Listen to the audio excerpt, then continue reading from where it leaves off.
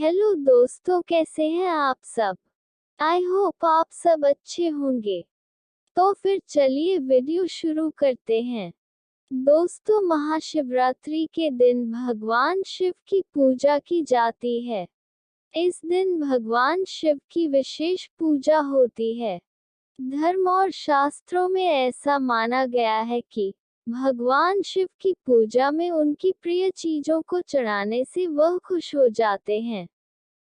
वैसे तो भगवान शिव की पूजा में बहुत सारी चीजें चढ़ाई जाती हैं, लेकिन सबसे ज्यादा महत्व बेलपत्र का होता है। शिवलिंग की पूजा में बहुत सारी चीजें चढ़ाई जाती हैं, लेकिन बेलपत्र भगवान शिव को अति प्रिय है। बेल के पेड़ की पत्तियों का शिव पूजन में बहुत ही अधिक महत्व है। इस पेड़ की पत्तियां एक साथ 3 की संख्या में जुड़ी होती हैं और इसे एक ही पत्ती माना जाता है। ऐसी मान्यता है कि बिना बेलपत्र के शिव जी की उपासना पूरी नहीं होती है। शास्त्रों में भगवान शिव को बेलपत्र अर्पित करने की एक विधि होती है। चलिए जानते हैं कि शिवलिंग पूजा में किस विधि से बेलपत्र चढ़ाया जाना चाहिए। दोस्तों, बेलपत्र के तीनों पत्ते त्रिनेत्र स्वरूप भगवान शिव के तीनों नेत्रों को विशेष प्रिय हैं। अगर आप शिवलिंग पूजा के दौरान बेलपत्र चढ़ाते हैं, तो इससे भगवान शिव खुश होंगे और आपकी मनोकामना पूरी करेंगे। मगर बहुत जरूरी है कि बेलपत्र चढ़ाने से पहले आप जान लें कि बेलपत्र कैसा होना चाहिए और कैसे चढ़ाया जाना चाहिए। दोस्तों, ध्यान रहे कि एक बेलपत्र में 3 पत्तियां होनी चाहिए। 3 पत्तियों को एक ही माना जाता है। इस बात का भी ध्यान रखें कि बेल की पत्तियां कटी फटी न हों। बेलपत्र में चक्र और वज्र नहीं होना चाहिए, ऐसा पत्तियों को खंडित माना गया है। हालांकि 3 पत्तियां आपस में मिल पाना मुश्किल होता है, मगर यह मिल जाती हैं। बेल की पत्तियां जिस तरफ से चिकनी होती हैं, आपको उसी तरफ से शिवलिंग पर चढ़ानी चाहिए। दोस्तों, ये बात बहुत कम लोगों को पता होगी, मगर एक ही बेलपत्र को आप पानी से धोकर बार बार चढ़ा सकती हैं। कभी भी शिवलिंग पर बिना जल के बेलपत्र न चढ़ाएं। बेलपत्र 3 से लेकर 11 दलों तक के होते हैं। ये जितने अधिक पत्र के हों, उतने ही उत्तम माने जाते हैं। शिव पुराण के अनुसार भगवान शिव को बेलपत्र अत्यंत प्रिय है। वहीं स्कंद पुराण में बेलपत्र के महत्व के बारे में बताया गया है। ऐसा कहा गया है कि यदि बेलपत्र के साथ शिवलिंग की पूजा की जाए तो सभी पापों का नाश होता है। एक कथा के अनुसार एक बार माता पार्वती को बहुत पसीना आ रहा था। तब उन्होंने अपनी उंगलियों से माथे के पसीने को साफ किया। इससे पसीने की कुछ बूंदें मदार पर्वत पर जा गिरी और उन्हीं बूंदों से बेल का पेड़ उत्पन्न हुआ। बेलपत्र का महत्व यही खत्म नहीं होता है। बेलपत्र बहुत ही पवित्र होता है। इसमें मां पार्वती के कई रूपों का वास होता है।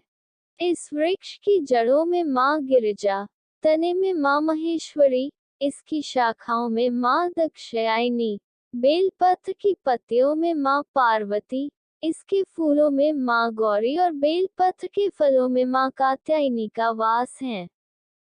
इतना ही नहीं, इसमें माता लक्ष्मी का भी वास होता है। अगर आप घर में बेल का पेड़ लगाती हैं, तो इससे माता लक्ष्मी बहुत प्रसन्न होती हैं और घर में वैभव आता है। दोस्तों, बेलपत्र चढ़ाने से क्या लाभ होता है, ये भी जान लीजिए।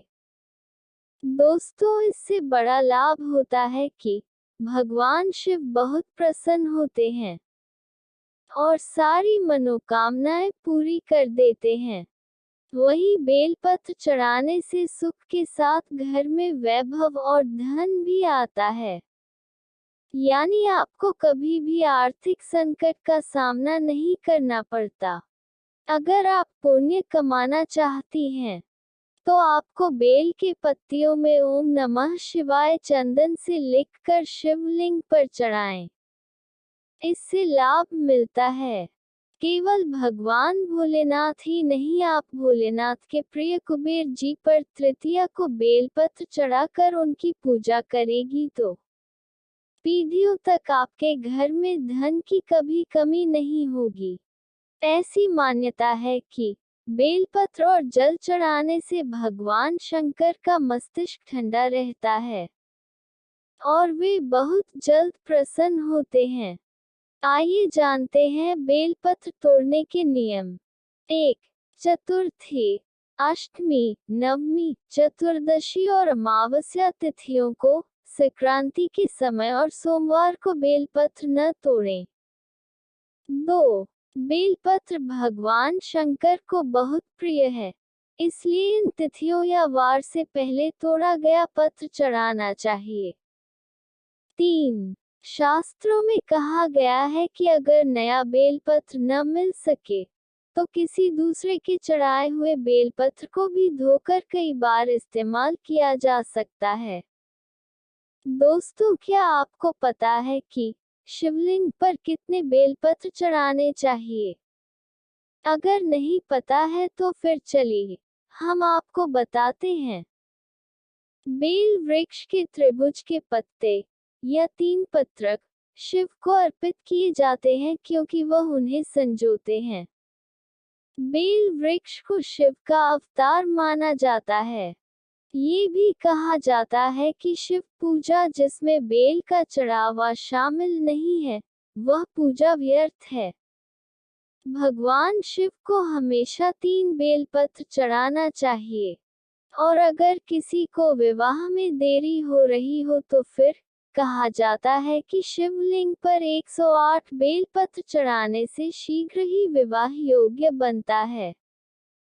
दोस्तों, कितने लोग ये भी जानना चाहते हैं कि क्या हम घर में बेल का पेड़ लगा सकते हैं? तो फिर चलिए जान ही लेते हैं। बेल को एक पवित्र वृक्ष माना जाता है, जो घर को सुख और समृद्धि प्रदान करता है। इन पेड़ों को किसी घर या मंदिर के आसपास लगाना पवित्र है, क्योंकि यह शिवलिंग की पूजा करने के समान है। आई होप आपको यह वीडियो अच्छा लगा हो। पसंद आए तो वीडियो को लाइक करें, शेयर करें और सब्सक्राइब कीजिए। जय माता दी।